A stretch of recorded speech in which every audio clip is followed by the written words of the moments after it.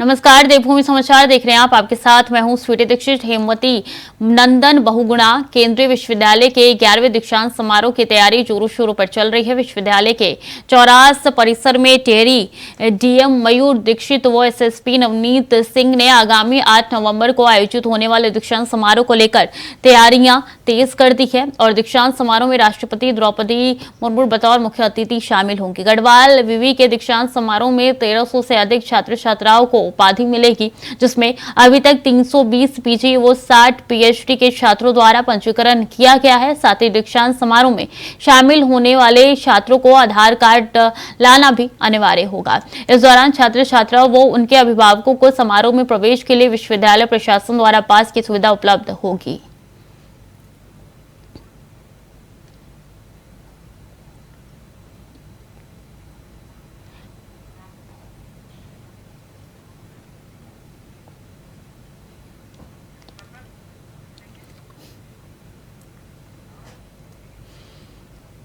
Ramnagar PNG राजकीय स्नातकोत्तर महाविद्यालय में संस्कृति सचिव, संयुक्त सचिव, संकाय प्रतिनिधि कला, संकाय प्रतिनिधि वाणिज्य में निर्विरोध चुने गए प्रत्याशी अन्य 6 पदों पर शांतिपूर्ण तरीके से चुनाव चल रहे हैं। बता दें कि छात्र संघ निर्वाचन 2023 के तहत पीएनजी राजकीय स्नातकोत्तर महाविद्यालय में मंगलवार को चुनाव हो रहा है, जहां 6 पदों पर 14 उम्मीदवार मैदान में उतरे हैं और 4 पदों पर निर्विरोधी 4 प्रत्याशियों के नाम लगभग घोषित हो चुके हैं।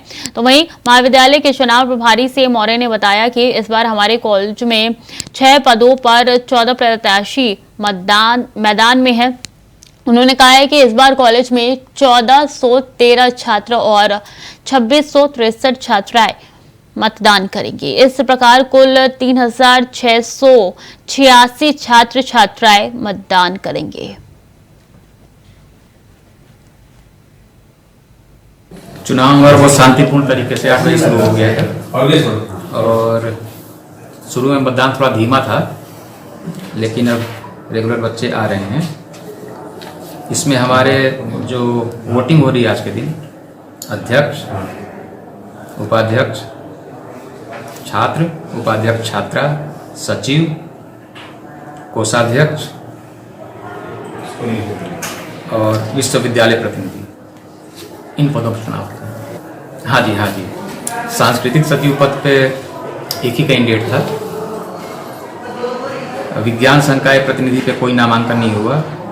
कला संकाय प्रतिनिधि पे केवल एक कैंडिडेट थी हमारी प्राची बंगाली, और वाणिज्य संकाय प्रतिनिधि के रूप में मनीषा बेलवाल केवल एक कैंडिडेट थी। हमारे यहाँ छात्र हैं 1413 और छात्राएं हैं 2263, कुल हैं 3673। खबर देहरादून से है, जहां इन दिनों पूरे देश में त्योहारी सीजन जोरों पर है। वहीं उत्तराखंड में भी त्योहारों को देखते हुए खूब हलचल मची हुई है। बता दें कि राजधानी देहरादून की तो आगामी त्योहारी सीजन को देखते हुए दून शहर भी ससने लगा है, लेकिन राजधानी दून में स्मार्ट सिटी का कार्य ट्रैफिक जाम की सबसे बड़ी बाधा बना हुआ है, जिसके चलते सड़कों पर लंबा जाम देखने को मिल रहा है, जिससे आम जनता को खासी दिक्कतों का सामना करना पड़ रहा है। हर चौक चौराहे पर लंबी कतारों में खड़े वाहन ट्रैफिक जाम खुलने का इंतजार कर रहे हैं। कि मामला कोई नया नहीं है, बल्कि बीते लंबे समय से राजधानी दून में सड़कों के हाल बद से बदतर हो चले हैं। हालांकि स्मार्ट सिटी के कार्य जोरों पर जरूर है, लेकिन इसके चलते लंबा जाम लगा है, उससे कहीं ना कहीं आम जनता नाराज है। लेफ्ट टर्न फ्री का बोर्ड भी किसी चौक चौराहे पर नजर नहीं आ रहा, जबकि हर चौराहे पर लेफ्ट टर्न फ्री होते हैं, लेकिन शहर भर में चल रहे स्मार्ट सिटी के कार्य पुलिस के लिए भी सिरदर्द बने हुए हैं। कुछ जगह स्मार्ट सिटी का कार्य चल रहा है, तो जैसे ही वो काम जो है पूरा होगा, उसके बाद वहाँ लेफ्ट टर्न के जो बोर्ड्स हैं वो लगा दिए जाएंगे। कल इसमें हमारी जितनी क्रेन्स है, प्राइवेट वाली क्रेन्स भी और कुछ हमारी अपनी क्रेन्स है, वो लगातार जो है सिटी क्षेत्र में भ्रमण पे रहेंगी, और जो भी गाड़ी अगर वो नो पार्किंग में गलत तरीके से खड़ी होगी तो वो उसे हम उठा के जो है उसमें आगे सीज की कार्रवाई करेंगे।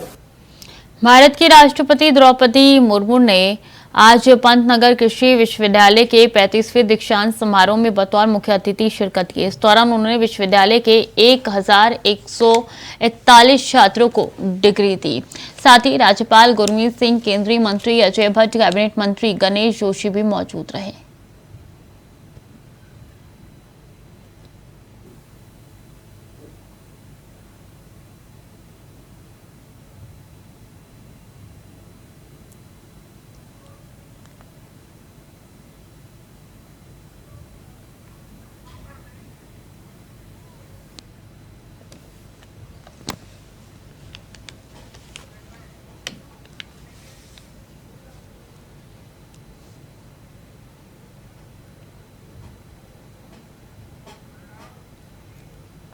प्रदेश के 119 राजकीय और 21 अशासकीय महाविद्यालयों में से अधिकतर में आज छात्र संघ चुनाव हो रहे हैं। देहरादून की डीएवी कॉलेज में सुबह 8:30 बजे से ही मतदान शुरू हो गए हैं। वहीं पुलिस प्रशासन और महाविद्यालय के प्रबंधन ने चुनाव पारदर्शी और शांतिपूर्वक कराने में जुटी हुई है। सभी विश्वविद्यालय और महाविद्यालय में आज ही मतदान, मतगणना और रिजल्ट जारी कर दिए जाएंगे।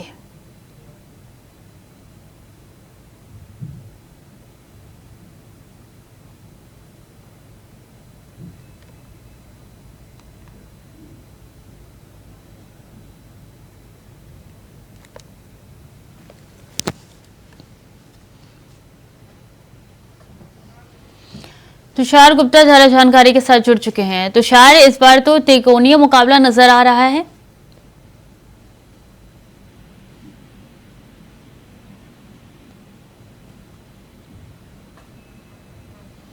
दोबारा जोड़ने की कोशिश करेंगे तुषार को, तकनीकी खामी है। और ऐसे में बता दें कि कई जगह पर आज ही रिजल्ट आने हैं।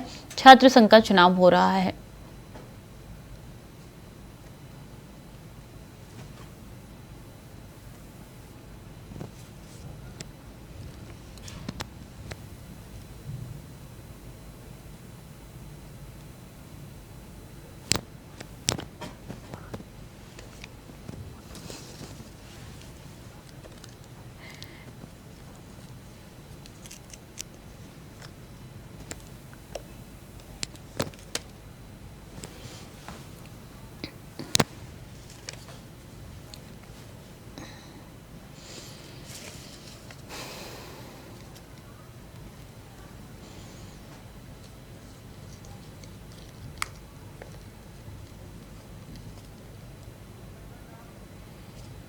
खबर देहरादून से है, जहां डीएवी पीजी महाविद्यालय में छात्र संघ चुनाव को लेकर मतदान जारी है। छात्र संगठनों से जुड़े कार्यकर्ता छात्र छात्राओं से अपने पक्ष में मतदान किए जाने की अपील कर रहे हैं। चुनाव को लेकर एक तरफ जहां छात्रों में उत्साह है, तो वहीं शांतिपूर्ण ढंग से मतदान संपन्न कराने के लिए प्रशासन ने भारी पुलिस बल कॉलेज में तैनात कर रखा है। कॉलेज प्रबंधन ने छात्र छात्राओं को मतदान करने के लिए आई कार्ड अनिवार्य किया गया है। आई कार्ड देखने के बाद ही कॉलेज में प्रवेश दिया जा रहा है। इस बीच डीएवी पीजी महाविद्यालय में उस वक्त हंगामा हो गया जब फर्जी मतदान आई कार्ड को लेकर आर्यन ग्रुप और एबीवीपी छात्र गुटों में झड़प हो गई। पुलिस ने स्थिति को नियंत्रित करने के लिए लाठीचार्ज कर दिया। आपको बता दें कि इस बार अखिल भारतीय विद्यार्थी परिषद में डीएवी पीजी महाविद्यालय में पूरा पैनल उतरा है। एबीवीपी से छात्र संघ अध्यक्ष पद के लिए यशवंत पवार को ही, वहीं एनएसयूआई ने राहुल जग्गी को चुनावी मैदान में उतारा है, जबकि आयरन ग्रुप से सिद्धार्थ अग्रवाल अध्यक्ष पद के लिए चुनाव लड़ रहे हैं।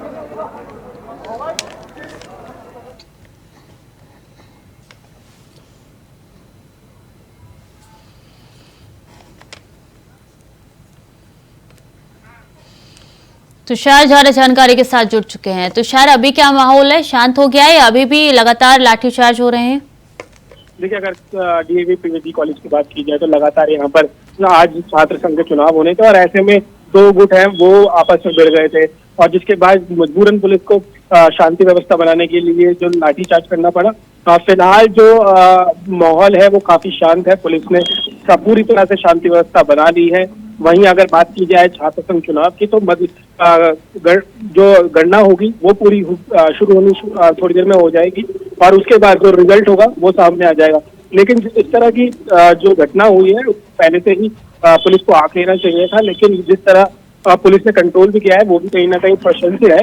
अब देखना होगा कि ये दो गुटों के खिलाफ किस तरह की कार्रवाई की जाएगी, क्योंकि पूरे 100 मीटर के दायरे में धारा 144 लागू की गई थी, क्योंकि छात्र कहीं ना कहीं जो आजस्विक तत्व होते हैं या शरारती तत्व होते हैं ऐसे में भीड़ में घुस जाते हैं और इस तरह के दंगे हमें देखने को मिलते हैं। लेकिन फिलहाल पूरी तरह से जो पुलिस प्रशासन ने शांति व्यवस्था वहां पर बना ली है।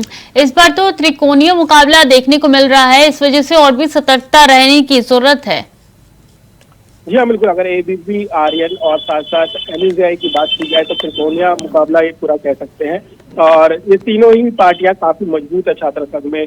और डीएवी पीजी कॉलेज की बात की जाए तो करीब 50 साल से अधिक पुराना ये पूरा कॉलेज है। बहुत कई छात्र संघ के जो नेता हैं जो नेता बन चुके हैं वो कई बड़ी पार्टियों में अभी फिलहाल वरिष्ठ नेताओं के रूप में अभी भी शामिल है।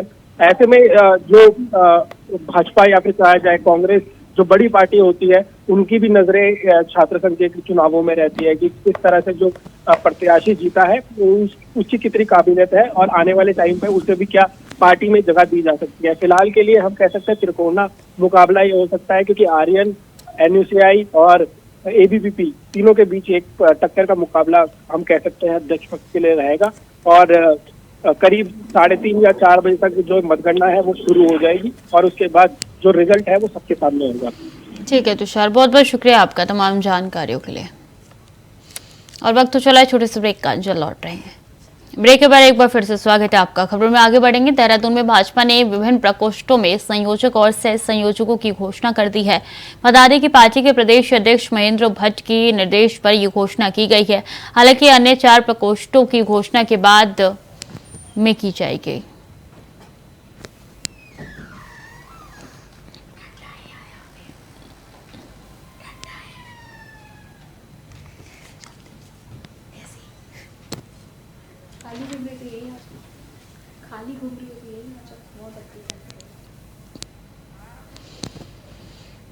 और उत्तराखंड में बीजेपी ने आज प्रदेश के 17 प्रकोष्ठों में से 13 प्रकोष्ठों का गठन कर लिया है, जिसमें 1 संयोजक और 5 सह संयोजक बनाए गए हैं। इस संबंध में बीजेपी प्रदेश अध्यक्ष महेंद्र भट्ट ने जानकारी देते हुए बताया कि प्रदेश स्तर पर ये प्रकोष्ठ आज से कार्य करेंगे। इसी तरीके से संगठन की संरचना जिला स्तर पर भी बनाई जाएगी। इसके अतिरिक्त जल्द ही विकलांग प्रकोष्ठ, सेवानिवृत्त कर्मचारी प्रकोष्ठ और खेल प्रकोष्ठ की घोषणा की जाएगी। उसके बाद केंद्र से निर्देश मिलने पर एक और प्रकोष्ठ की घोषणा की जाएगी और गठन किया जाएगा। आगामी 2024 के चुनाव को देखते हुए पार्टी ने ये निर्णय लिया है।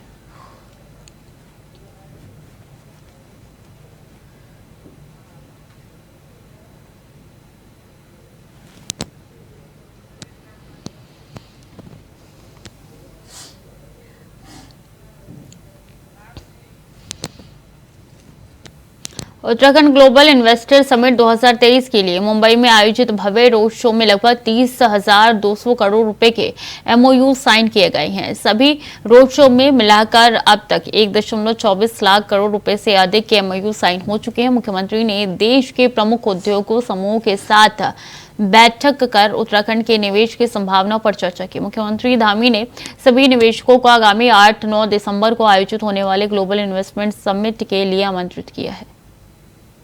माननीय मुख्यमंत्री पुष्कर सिंह धामी साहब से मुलाकात हुई और बहुत ही पॉजिटिव प्रो इंडस्ट्रियल काम करने वाले मुख्यमंत्री महोदय को मिलने का एक अवसर हमें प्राप्त हुआ। निश्चित रूप से छत्रपति संभाजीनगर जो एग्रो इंडस्ट्री का हब बना है, हम चाहेंगे कि उत्तराखंड गवर्नमेंट के साथ में छत्रपति संभाजीनगर के माध्यम से एक अच्छी इन्वेस्टमेंट वहाँ जाए। मैं खुद इंडस्ट्रियल गैसेस मैन्युफैक्चरिंग करता हूँ, हॉस्पिटैलिटी इंडस्ट्री में हूँ। हमारी तरफ से हमने साहब के साथ में एग्रीमेंट भी साइन कर दिया है। महाराष्ट्र के ट्रेड इंडस्ट्री को डेवलप करने का काम किया है, महाराष्ट्र का इंडस्ट्रियलाइजेशन करने का काम इसी चैम्बर ने किया है। और आज हमें बहुत खुशी है कि उत्तराखंड सरकार मुंबई में महाराष्ट्र के लोगों को उत्तराखंड में इन्वेस्टमेंट के लिए आमंत्रित करने के लिए आई है। उत्तराखंड सरकार की जो पॉलिसी है वो बहुत ही अच्छी पॉलिसी है और pro industry, pro trade policy है, जिसका हम स्वागत करते हैं। एक young and dynamic chief minister के लीडरशिप में उत्तराखंड जिस तेजी से विकास कर रहा है, महाराष्ट्र के लोगों को भी लग रहा है कि उत्तराखंड में हमें कुछ नया इन्वेस्टमेंट और करना चाहिए। हम सारे लोग बहुत ही ईगर है उत्तराखंड आने के लिए, उत्तराखंड में इन्वेस्टमेंट करने के लिए। मुख्यमंत्री पुष्कर सिंह धामी ने महाराष्ट्र के उप मुख्यमंत्री देवेंद्र फडणवीस के शासकीय आवास पर पहुंचे, जहां उन्होंने शिष्टाचार भेंट की। वहीं इस अवसर पर मुख्यमंत्री धामी ने उत्तराखंड के गौरव का प्रतीक पहाड़ी टोपी पहनाई और 4 धाम आने का न्योता दिया।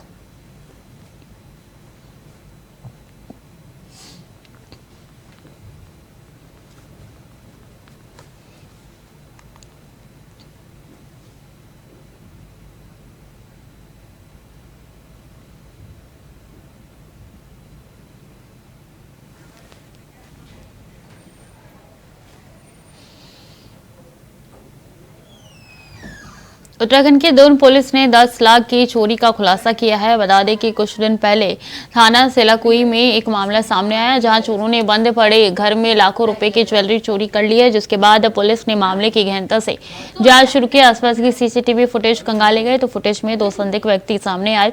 तो वही चेकिंग के दौरान पुलिस ने बाइक सवार 2 संदिग्धों को रोकने का प्रयास किया। पुलिस को देखते ही एक व्यक्ति मौके से फरार हो गया और एक को पुलिस ने धर दबोचा। तलाशी लेने पर आरोपी के पास से चोरी की गई ज्वेलरी पुलिस द्वारा बरामद कर ली गई है। बताया जा रहा है कि आरोपी हिमाचल प्रदेश का रहने वाला है और इसी तरीके से चोरी की घटनाओं को जेल में रहकर भी किया जा चुका है।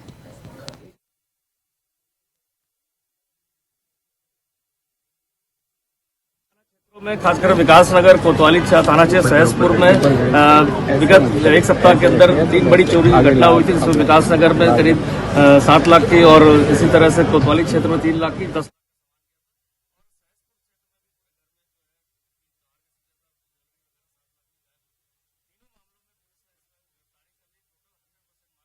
इसमें 2 लोग अरेस्ट हुए हैं। कुछ लोग इसमें वांछित हैं और इसमें हिमाचल प्रदेश का जो इसमें गैंग है जो वो प्रकाश में से पहले मुकदमे थे उसकी गिरफ्तारी हुई है। तो टोटल 17 लाख का जो है माल पूरा 100% तीनों थाना क्षेत्रों की चोरी का बरामद कर लिया।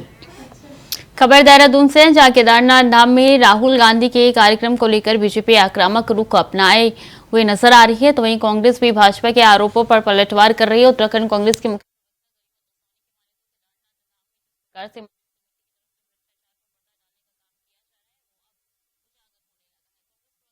कि पहले आरोप सिर्फ विपक्ष की तरफ से लगाए जाते थे, लेकिन अब मंदिर समिति के सदस्य भी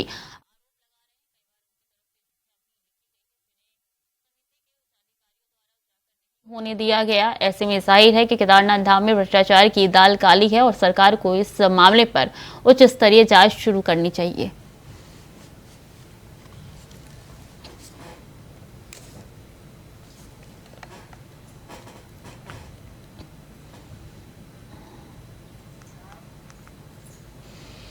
और उत्तराखंड में ग्लोबल इन्वेस्टर समिट को लेकर सरकार प्रशासन तैयारी में जुटे हुए नजर आ रहे हैं। सरकार की तरफ से इस इन्वेस्टर समिट में 2.5 लाख करोड़ के निवेश का लक्ष्य रखा गया है। मुख्यमंत्री पुष्कर सिंह धामी इन्वेस्टमेंट समिट से पहले अभी तक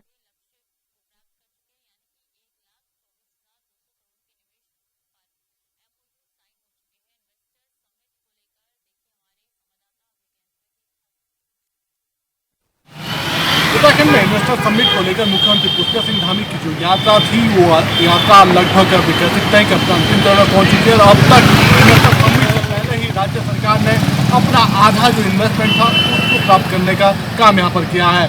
यानी 1,24,000 से ज़्यादा के जो MOU है वो यहाँ पर राज्य सरकार अब तक कर चुकी है। मुख्यमंत्री पुष्कर सिंह धामी के जो विभिन्न दौरे रहे हैं उन दौरों के दौरान ये MOU साइन हुए और उम्मीद ये की जा सकती है कि जब दिसंबर माह में इन्वेस्टर समिट यहाँ पर आयोजित होगा तो राज्य सरकार ने जो 2.5 लाख करोड़ का जो लक्ष्य यहाँ पर चुना है उस लक्ष्य के पार इस बार राज्य सरकार MOU साइन करती नजर आएगी।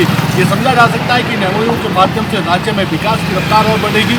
जो राज्य के युवा बेरोजगार हैं उनको यहाँ पर रोजगार मिलेगा, ये रोजगार विभिन्न सेक्टर में मिलेगा। यानी उत्तराखंड राज्य का समुचित विकास होना तय है और राज्य सरकार ने इसीलिए इन्वेस्टर समिट का आयोजन यहाँ पर किया है। और ये समझा जा सकता है कि धामी सरकार लगातार राज्य के समुचित विकास के लिए काम कर रही है। अभय केंद्र, इंडिया वाइज, देहरादून। तो फिलहाल के लिए देवभूमि समाचार में इतना ही। खबरें लगातार जारी है, देखते रहिए इंडिया वॉइस।